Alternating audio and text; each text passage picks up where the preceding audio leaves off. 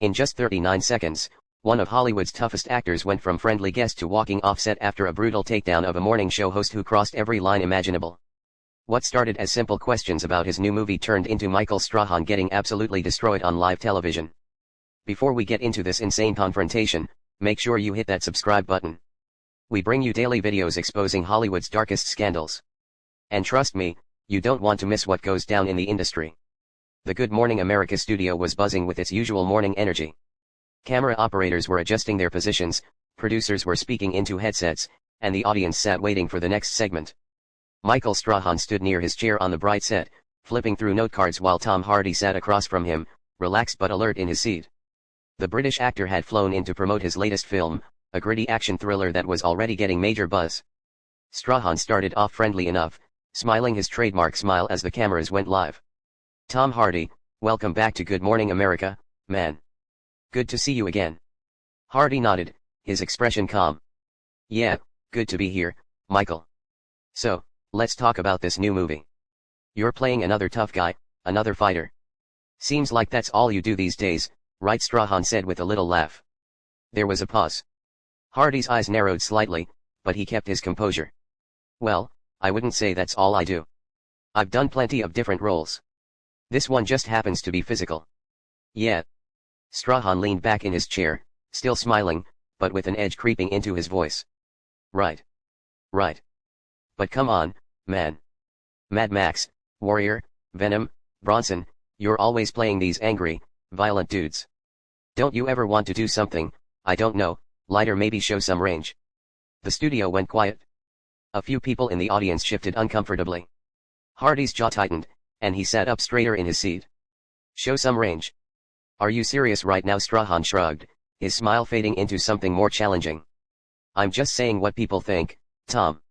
You've got this reputation for being the tough guy, the method actor who takes himself too seriously. Maybe mix it up a little." Hardy stared at him for a long moment, his eyes cold. "First of all, Michael, if you'd actually watched any of my films properly, you'd know I've played everything from a spy to a romantic lead to a damn fighter pilot.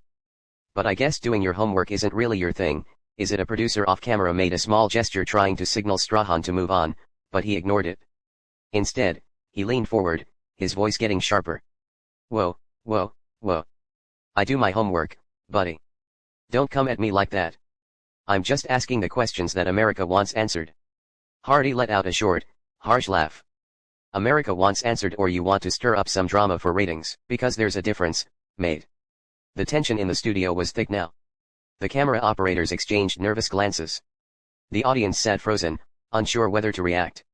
Strahan's face hardened, his friendly TV persona cracking. "You know what, Tom, you've always had this attitude problem. Every interview I've seen with you, you're either giving one-word answers or acting like you're too good to be there." Hardy's expression went ice cold. "Attitude problem? That's rich coming from someone who interrupts his guests every 5 seconds and turns every conversation into a joke. Maybe I give short answers because the questions are stupid." Strahan's eyes flashed with anger. "Stupid? You think my questions are stupid?" "Yeah, I do." Hardy shot back, his voice steady but cutting. "You just asked me if I want to show range. Like I haven't spent 20 years proving that I can do whatever the hell I want on screen. That's not a question, Michael. That's you being lazy and trying to get a reaction." Strahan stood up from his chair, his microphone still clipped to his jacket. "Lazy, man. I've been doing this job for years. I've interviewed presidents, athletes, actors way bigger than you. Don't sit here and tell me I'm lazy." Hardy didn't move from his seat, but his voice got quieter, more dangerous. "Then why are you acting like one of those trashy tabloid hosts instead of doing your job properly? You want to talk about my movie, fine. You want to ask me about my process, the story, the people I worked with, great. But don't sit there and insult what I do and expect me to smile and nod." A commercial break graphic appeared on the monitors, but the cameras were still rolling. The producers were frantically trying to cut away, but the confrontation was escalating too fast. Strahan pointed at Hardy, his voice rising. "You know what your problem is? You think you're above all this. You think morning television is beneath you. Well, newsflash, Tom. This is how we connect with people. This is how we make entertainment accessible." Hardy finally stood up, pulling off his microphone and tossing it onto the chair. "Connect with people? You're not connecting with anyone, mate. You're just pushing buttons to get clicks and views. And you know what? I'm not playing this game." Strahan moved closer, his face red with anger. Oh, so now you're going to walk off? That's real professional, Tom. Real classy. Hardy turned to face him fully, his voice low but intense. You want to talk about professional? Let's talk about how you ambushed me with that question about range when you know damn well I've done everything from comedy to drama. You didn't want a conversation, Michael. You wanted a confrontation. Well, congratulations. You got one. The audience was completely silent now, watching the two men face off in the middle of the bright, cheerful set. Strahan jabbed a finger toward Hardy. I asked a legitimate question about your career choices. If you can't handle that, maybe you shouldn't be doing press. Hardy's laugh was bitter.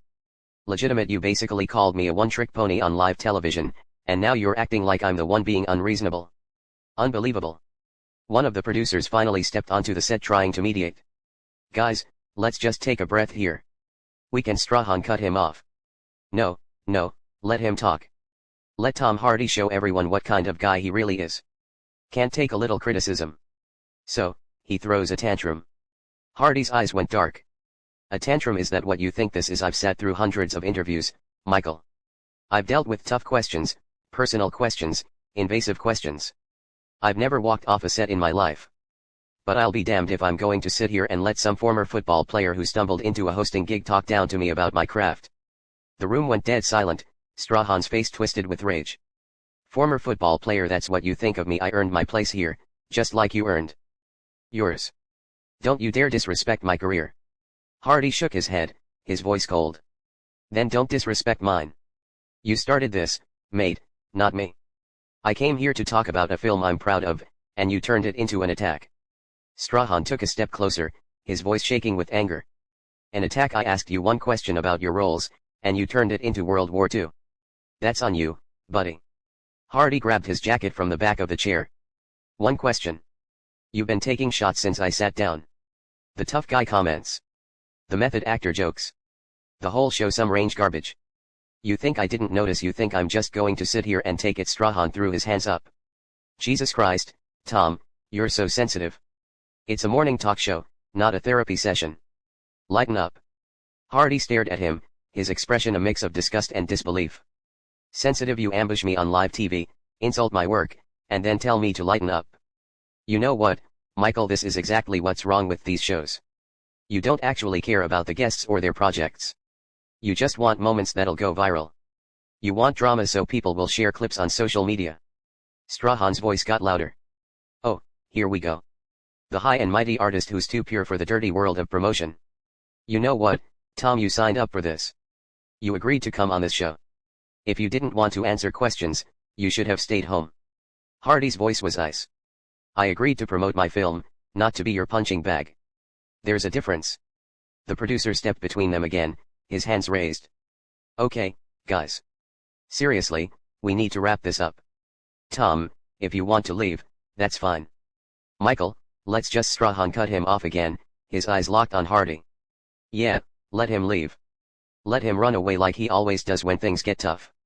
That's what you do, right, Tom? When you don't like the questions, you just shut down or walk off. Hardy's fists clenched at his sides. You don't know a damn thing about me, Michael.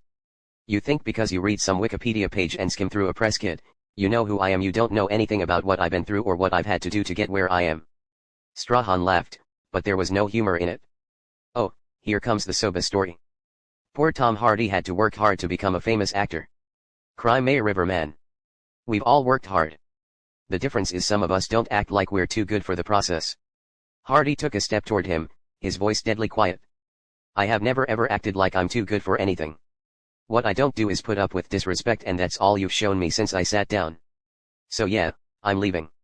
Not because I can't handle criticism, not because I'm sensitive, but because I have enough self-respect not to sit here and be insulted by someone who clearly has an axe to grind. Strahan's face was red now. His voice nearly shouting, axe to grind? I don't even know you, man. I'm just doing my job. Hardy shook his head slowly. Your job is to interview people, not to tear them down. You forgot that somewhere along the way. Maybe it's the pressure of the ratings. Maybe it's your own insecurities. I don't know, but this. He gestured around the studio. This isn't journalism. This is a circus. The audience gasped. Some people covered their mouths in shock. Strahan took another step forward, his finger pointing at Hardy's chest. You do not get to come onto my show and call it a circus. You do not get to disrespect what we do here. Hardy didn't back down. I'll call it whatever I want when you treat me like garbage. You want respect, earn it. Don't demand it while you're throwing insults. Strahan's voice cracked with fury. Get off my set. Get the hell off my set right now. Hardy smiled, but it didn't reach his eyes. Gladly was planning on it anyway. As Hardy turned to leave, Strahan called after him. You're going to regret this, Tom. Walking off like this. It makes you look weak. It makes you look like a child. Hardy stopped and turned back, his voice calm, but final. You know what makes someone look weak, Michael, attacking a guest because you're having a bad day or because you think it'll get you attention. That's weak. I came here in good faith and you turned it into a hit job. So, yeah, I'm leaving and I don't regret it for a second. The studio was frozen. Camera operators stood motionless. The audience sat in stunned silence. The producers were pale, clearly panicking about what had just happened on live television. Strahan stood in the middle of the set, his chest heaving, his face a mask of barely controlled rage. Hardy walked toward the exit, his footsteps echoing in the quiet studio. Just before he reached the door, he turned back one more time.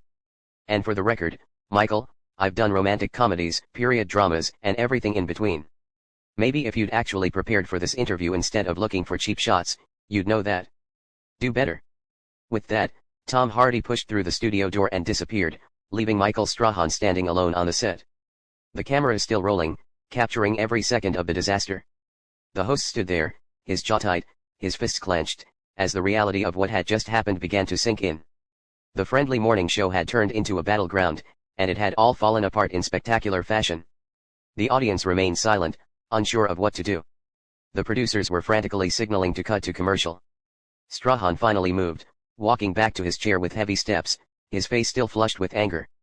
He sat down, staring at the empty chair where Hardy had been just minutes before. One of the producers approached cautiously.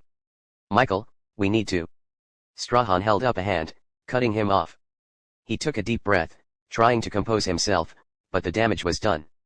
The confrontation had been raw, brutal, and completely unscripted. It was the kind of moment that would be replayed endlessly, dissected from every angle, and talked about for weeks. The floor manager counted down, and suddenly the cameras cut to commercial. The bright, cheerful graphics appeared on the monitors, a stark contrast to the tension that still hung in the air. Strahan sat in his chair, his head in his hands while the crew moved around him in shocked silence. Backstage, Tom Hardy was already heading toward the exit. His security team surrounding him. His publicist was on the phone, her voice urgent as she tried to control the situation, but Hardy's expression was calm, almost peaceful. He'd said what he needed to say, and he wasn't looking back. The green room. Door swung open, and Hardy grabbed his bag without breaking stride. His assistant hurried to keep up, asking if he was okay, if he needed anything. Hardy just shook his head, his jaw set. I'm fine. Let's get out of here. As they moved through the backstage corridors, production assistants and crew members stepped aside, staring at the actor who had just blown up one of the most watched morning shows in America. Some looked sympathetic, others shocked, but no one tried to stop him. Hardy pushed through the final door that led to the parking area. The cool morning air hit his face, and he took a deep breath. Behind him, he could hear the muffled chaos of the studio, producers shouting, phones ringing, the machinery of damage control starting to turn. But Tom Hardy didn't look back. He walked to the waiting car, climbed in, and as the door closed behind him, the vehicle pulled away from the Good Morning America studio. Inside, the confrontation was still unfolding in its aftermath, with Strahan trying to regain his composure and the producers scrambling to figure out what to do next. The interview that was supposed to be a simple promotional appearance had become something else entirely. A line had been crossed. Words had been said that couldn't be taken back. And one of Hollywood's biggest stars had walked off one of television's biggest stages. The cameras had captured it all. Every word, every expression, every moment of the explosive confrontation that would be talked about for years to come. As the commercial break ended and the show returned to air, Strahan sat alone at the desk. The empty chair beside him, a stark reminder of what had just happened. The co-hosts tried to smooth over the situation, making light comments and moving quickly to the next segment, but the damage was done. The audience had seen it. The viewers at home had seen it, and social media was already exploding with reactions. Tom Hardy's car merged into New York traffic, leaving the studio and the confrontation behind. His phone was already buzzing with messages, calls, notifications. But for now, he ignored them all, staring out the window at the city passing by, knowing that he'd just been part of one of the most dramatic moments in morning television history. And unlike Michael Strahan, who would spend the rest of the day doing damage control and trying to spin what had happened, Hardy felt no regret. He'd stood his ground, called out the disrespect, and walked away with his dignity intact. The car turned a corner, and the Good Morning America studio disappeared from view. But the confrontation that had taken place inside its walls would live on, replayed and analyzed countless times. It was a moment that showed what happens when professional courtesy breaks down, when egos clash, and when someone finally says enough is enough and walks away.